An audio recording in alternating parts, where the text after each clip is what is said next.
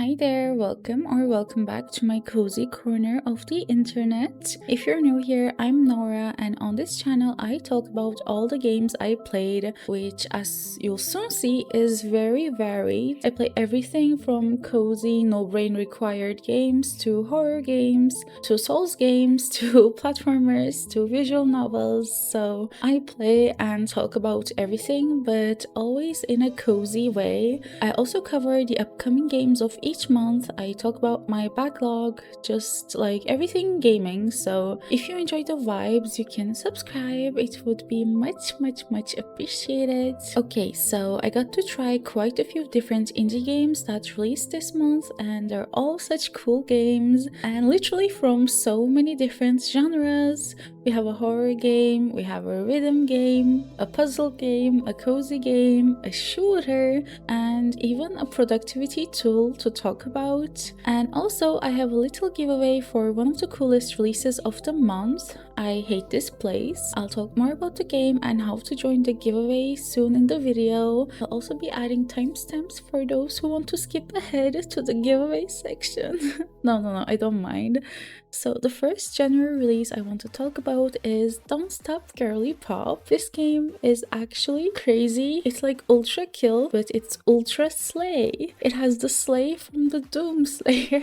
I don't know, like I actually don't know how they came up with this game and who approved the idea for this game. Like, I want to be in the room where it happened, the room where it happened, the room where it happened. I do want to be in the room. Anyway, sorry. Seriously though, I don't know how they decided there's a market for this game. Like, it's such a niche and brave game. It's a Y2K arena shooter where you just basically don't stop moving and shooting. It's super fast paced. There are pink hearts and glitters and pink things flying around everywhere. You can decorate your weapons with rhinestones and bows and Y2K style stuff like dolphins. I mean, you can literally have a coquette sniper rifle. I never thought I'd be saying a sentence like this, but I guess creative video games make you do that. Anyway, going into this game, I was kind of worried if the gameplay was going to be good and enjoyable. I thought maybe they used everything they had on like the stylishness of the game and didn't leave much for the gameplay,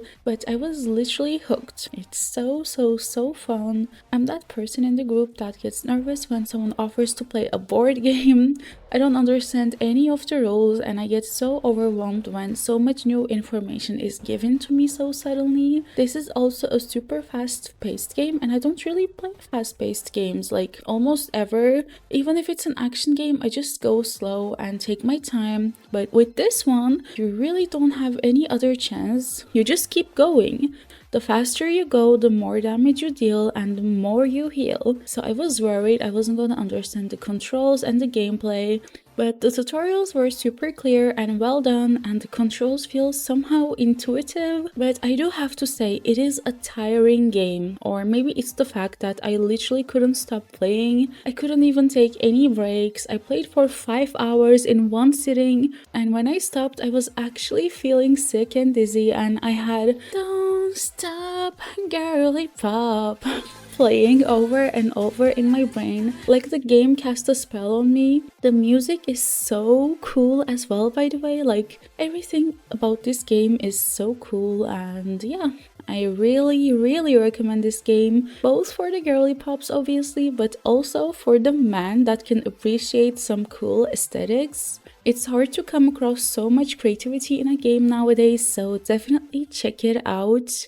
Then I played Steel Century Groove, and oh wow, I didn't expect to love this game nearly as much as I did. I don't care about mechas, I'm not that big of a fan of rhythm games, but seeing the Gundam dance battles from the trailer, it looked really fun, and I'm at a phase in life where I need fun. So I decided to try this. When we start the game, one of the first things we do is to create our character, and one thing I immediately noticed is that there are a lot of body type options which felt really inclusive impulsive. Weirdly though, there are no clothing options, so our character kind of feels like a random NPC. I think I'd be way more attached to our character if we could customize clothes and accessories. So we start the game, it's our birthday, and our mom gifts us a broken mecha that's basically scrap. First hour of the game is basically us running around town collecting parts to fix it. This section felt like an early 2000s game to me. It has this nostalgic vibe that I personally loved. We talk to a lot of characters, get to know them, and slowly get a sense of the world. That said, I don't think it sets expectations very well for the rest of the game. Around 80% of the game is mecha dance battles, but in the first hour you only really do one, and instead spend most of the time running around and reading dialogue. It feels much slower compared to how the game plays later on. Personally, I still love this part because the dialogue is so cleverly written, but I can see how it might feel a bit misleading or slow for some players.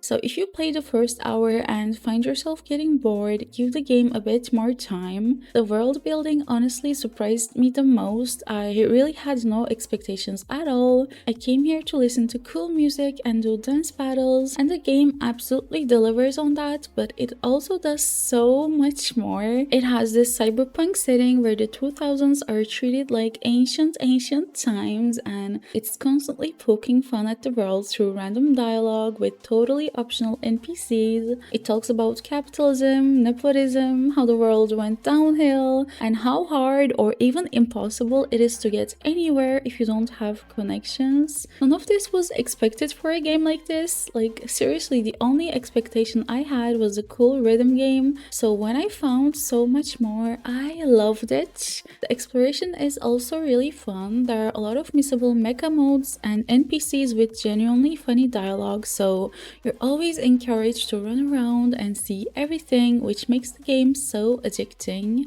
I had to physically stop myself and click the exit button. If I had time, I'd probably play this 10 hours in one sitting. There's always a strong sense of progression and improvement, and every battle feels fun and satisfying with really cool music. Oh yeah, I haven't even talked about the music yet, and it's a rhythm game. Well, the music also really good in my opinion. It does stick to the same general genre, so a bit more variety could have been nice, but honestly, I enjoyed it, so I didn't mind at all. Plus, you can import your own music if you don't like the music in the game. Overall, this is just a really cool game. It definitely has some things it could improve, like I really hope we'll be able to find clothing around the map or customize our character a bit more in the future. I don't know, maybe that's already a thing later on in the game and I just haven't seen it yet. I'm only about 6 hours in so far. The difficulty also feels a bit unbalanced. Most dance battles feel very easy and I usually win by a large margin, even though I'm not even good at the game, so I might switch to hard mode, but those are really small issues that can easily be fixed. At its core, the game is pure fun and I really recommend Steel Century Grew to anyone who enjoys cool world building, mechas or rhythm games. Then I played I Hate This Place.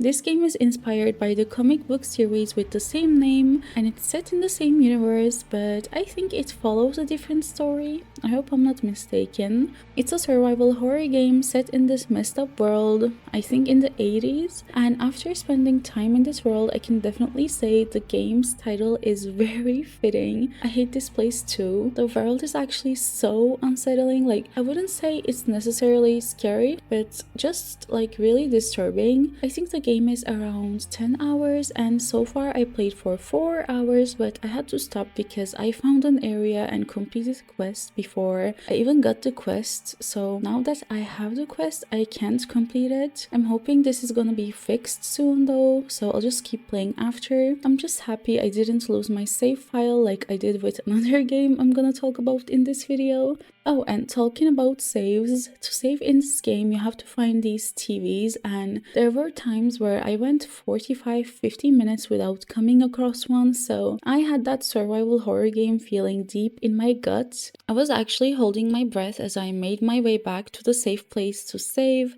I know there are lots of weird people out there that take pleasure from the thrill of losing an hour of gameplay, so you might be happy to hear this game kind of offers that. Sorry if this is messy, by the way. I realize these reviews might be a bit all over the place, but for this video I'm just trying to see how it works if I just get everything in my brain out there without thinking too much on it. Okay, so back to the game. This game has a full story and quest lines you follow. It's not like a sandbox survival horror game, and there are some weird side quests as well, and it really doesn't hold your hand, which I think is great. The vibe of the game changes a lot during the day and the night, and I mean, you only get a few hours of normalcy and the rest is just I hate this place moments. In the night, you can find ghost stories around the map, in which you go into a portal and try to find out what happened to the ghost haunting that place. I think it's a cool mechanic and I enjoyed the ones I've done so far. Also, in the night, you can barely see anything around the map, even with your flashlight, and like I said, it's so disturbing out there. You hear weird sounds all around you, so it's best to just go in one of your safe rooms and sleep until the morning. You find a few safe points across the map, like a tree house, a train station, I think, a ranch, and more. You can also fast travel with a boat between them, and there is base building as well. So basically the ranch is our main house, and we can build quite a few things on it, like to produce water, wood, scrap, and more things. We can make a farm as well to get vegetables to cook with. You need to eat quite often in the game, otherwise you lose stamina points very quickly, and I think at one point the food you find around the map might not be enough, so you can go hunt and farm to cook at the ranch. There are also cool mini mechanics like this, and most of them are optional, so you can probably finish the game without doing any base building, but I think they're nice touches. I said before the game doesn't hold your hand. What I meant by that is when you get a quest, there is no mini-map or nothing that points you in the direction you should go. I was stuck in one of the quests. I just couldn't find the NPC I needed to speak with, and I ran around the map for such a long time until I realized on my 4th hour of playtime that I could just click on the objective to see the NPC's location on the map. So the option is there if you choose to see it, but the game doesn't automatically point you in that direction. Another example for that,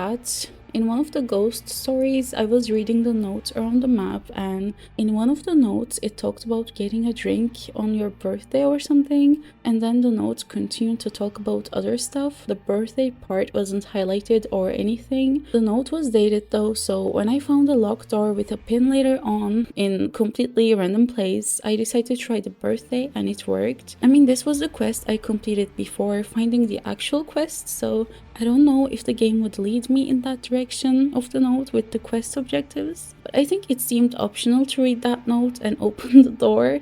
I don't know, I'm not sure. It was cool. Oh, and there was a weird moment. I wasn't even sure if it was a bug or not. And you know the game is really messed up when you can't tell a cursed deer hanging around on a roof looking straight at you is a bug or not. I mean, if it were any other game, we would be sure it was a bug, but I think this exact thing I'm talking about was the developer's goals. In this specific area, the deer have gone crazy and they're like surrounding you and acting all bold and creepy. So I think the developers really wanted to freak us out even more by placing one on the roof, or it could just be a bug. I don't know.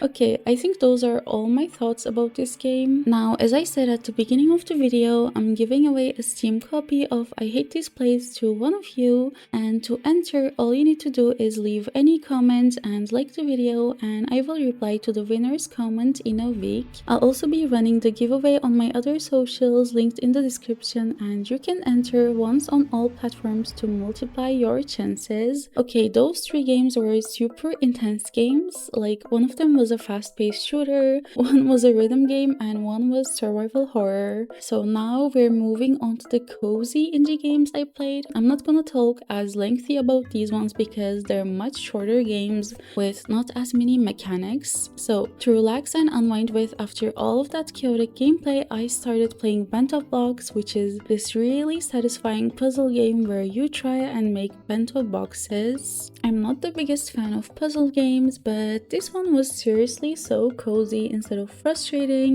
You can see the gameplay on the video, but basically we try to cut the blocks of rice into the perfect shapes to fit into the bento box, and the tricky part is we only have a limited amount of cuts we can make for each level. I mean, of course you can take the easy way and do multiple cuts, but then you lose a star for each extra cut you make. As you progress, you unlock even more mechanics like being able to rotate your knife or unlocking new ingredients you have to match, and the sound design is just so ASMR-ish, and solving the puzzles feels so satisfying. Like the solution gradually comes to you and you're like, oh, every single time. Especially nowadays, whenever we get stuck on something, even for a few minutes, we immediately go and look for the solution on the internet. So I made a challenge to myself not to look anything up with this game, and I swear I literally feel like this game is healing my brain rot. So yeah, I definitely recommend Bento Blocks as well, especially if you love cozy games, puzzles, or soothing sounds. Then I played Tailside Cozy Cafe Sim. This is another very cozy game that I think kind of plays like a clicker. You have very limited variety of drinks that you can make, and the gameplay is about 80% making drinks, and for that you have to stay at your coffee making station and just click some stuff to prepare them most of the time. You also have a mini game where you sort through coffee beans, which is again clicking. Sometimes you go around the cafe to collect the dirty mugs, and you can decorate your cafe as well with cute furniture. There's so many collectible plushies, which was one of my favorite parts of the game. Each morning when you wake up, you get a short newspaper article or a letter that tells you a little story, like a new character being introduced, which is how most of the storytelling in the game is done. I really love the art style and the calming routine of this game, but unfortunately I had to stop playing this after a few hours because just when I unlocked the pastries, which was the thing I was looking forward to most in this game, I came across a save bug that resulted in me losing my save file. So yeah, that was sad. The game is still in early access though, so I might check it out again once it's fully released. I think it's gonna get a full release next year. Okay, the next thing I want to talk about isn't really a game, but rather a productivity tool that really helped me stay focused this month. It's Ontogether Virtual Co-working. This is the best productivity game by far, I think. I was so excited for this one, but I'm not gonna lie, I was also a bit worried if they're really gonna be able to deliver all of this, because it looked like such a dream tool to have. I'm very happy to say they really managed to create a super cozy and relaxing space to co-work, study, or chat with people from all around the world. When I have a to-do list to get through, I tend to crunch and work every single hour of the day, and I lose all sense of time. So this game really helped me take small breaks every now and then to chat with people, play some mini games and stuff, and I just feel more motivated to get through my to-do list. And I already made so many new friends as well, and there are lots of adorable pets you can collect, and you can do so many activities, from chores to listening to music to gaming to making art. You can crochet, there's reading, exercising, eating, and much more. Some areas also have special actions, like if you go to the campfire, you can eat marshmallows. You can of course customize your desk, your character, and the color options are so cute, and you can always recreate what you're doing IRL in the game. So yeah, I love it, and I 100% recommend it to anyone who's working from home or studying, or even just wants some company while reading their book or gaming. And the final January release I played is Nom Nom Cozy Forest Cafe. This game is so cute, and it seriously made me feel like a kid again. You bake and brew to the beat of the music, but it's not like a hard or tiring rhythm game. Everything is kept so cozy and simple. I really enjoyed creating themed items and photographing them. Taking pictures is like a mini game of its own. There are so many different backgrounds, colors, so many cute ways to photograph an item you created, and I spent probably half of my playtime taking pictures of drinks and When you make food and drinks, there are so many different variations you can go for with the shape,